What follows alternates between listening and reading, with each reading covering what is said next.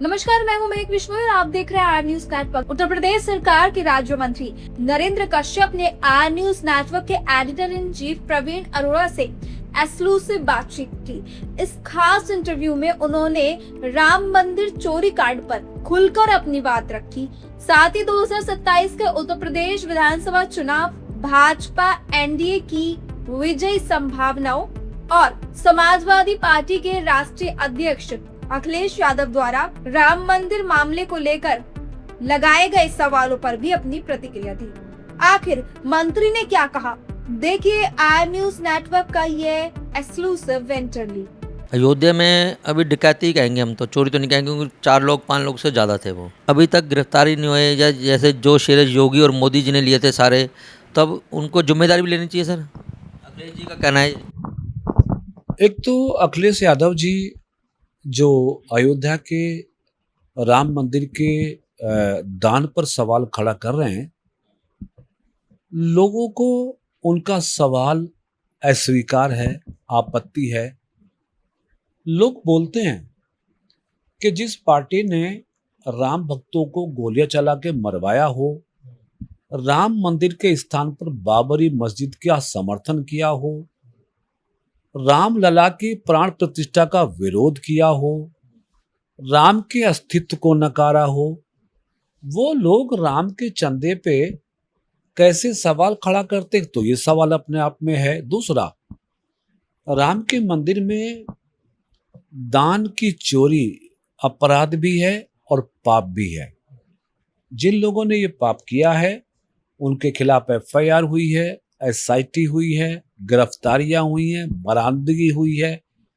यानी सरकार पूरी सख्ताई के साथ, पुलिस पूरी सख्ताई के साथ उसमें अपने काम को अंजाम दे रही है। इतनी बड़ी चोरी डकैती हो कैसे कि जब वहाँ पे सीसीटीवी कैमरे लगे हुए थे और कई करोड़ों जनता के साथ विश्वासघात जैसे हुआ, उनकी भावनाओं से खेला गया।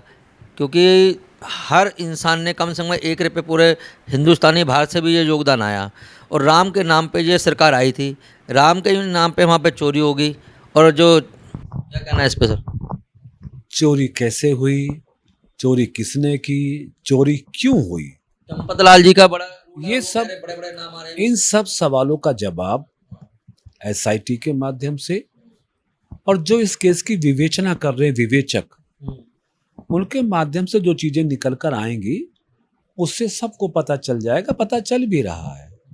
जो लोग शामिल थे, जिनकी गिरफ्तारियां हुई हैं, जिनसे रिकवरी हुई है, 80 लाख से ज़्यादा की रिकवरी हुई है, तो उन सबसे चीज़ें निकल रही हैं, खुल रही है। पुलिस विवेचना कर रही है। दोषी जो भी होगा वो बचेगा नहीं। अखिलेश यादव का ट्वीट आया जी, वह उनका कहना है कि इन्होंने तो हनुमान को नचा दिया। जब भी जो नितिन जो राष्ट्रीय अध्यक्ष है भाजपा के, ये अयोध्या नहीं गए क्योंकि जवाब देना पड़ता है इनको। राम के भक्त जो है सारे नाराज हो रहे कि हनुमान जी को रोड पर नचा दिया एक अध्यक्ष के आने पे। अखिलेश जी की इन बातों को कोई सीरियस नहीं लेता है। देश की जनता को इस बात का पता है कि अयोध्या में राम के मंदिर का निर्माण भारतीय जनता पार्टी के एजेंडे का हिस्सा रहा है। अयोध्या से 300 जम्मू कश्मीर से धारा 370 को हटाना भारतीय जनता पार्टी जनसंघ का मुद्दा रहा है।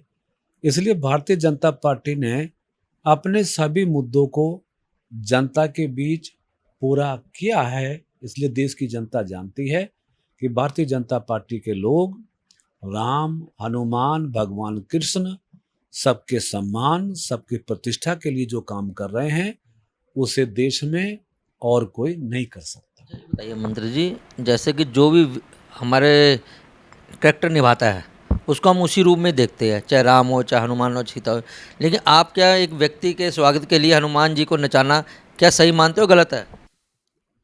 मुझे नहीं मालूम कि कहाँ किस हनुमान को नचाया गया, कहाँ पे क्या हुआ, लेकिन इतना ज़रूर है कि जब भी कहीं कथा होती है, समागम होता है, धार्मिक अनुष्ठान होता है, तो वहाँ खुशी में कुछ हमारे कलाकार अलग अलग चरित्रों का एक तरह से चित्रण करके आनंद की अनुभूति करते हैं तो इस तरह की अब रामलीलाएं होती हैं। ये बात सही कही आपने, रामलीला होती है, जागरण होते हैं, आपने वहीं पे ये करेक्टर निभाया जाता है। लेकिन अगर कोई किसी भी पार्टी का राष्ट्रीय अध्यक्ष है तो एक आम आदमी व्यक्ति वो जा रहा है और हनुमान जी उसके आगे आगे नाचते हुए जा रहे हैं स्वरूप में, तो इसको क्या मानते हो, इसको किस नज़र से देखते हो? नहीं, इसको ज़्यादा सीरियस लेने की ज़रूरत नहीं है। अरे खुशी में, उत्साह में जो राम का करेक्टर कर रहे हैं या हनुमान का करेक्टर कर रहे हैं, आखिर वो भी तो इंसान ही है ना। मन तो उनके अंदर भी इंसान का ही है। अगर वो आनंद की अनुभूति करते हैं तो इसमें बुरा क्या है जी।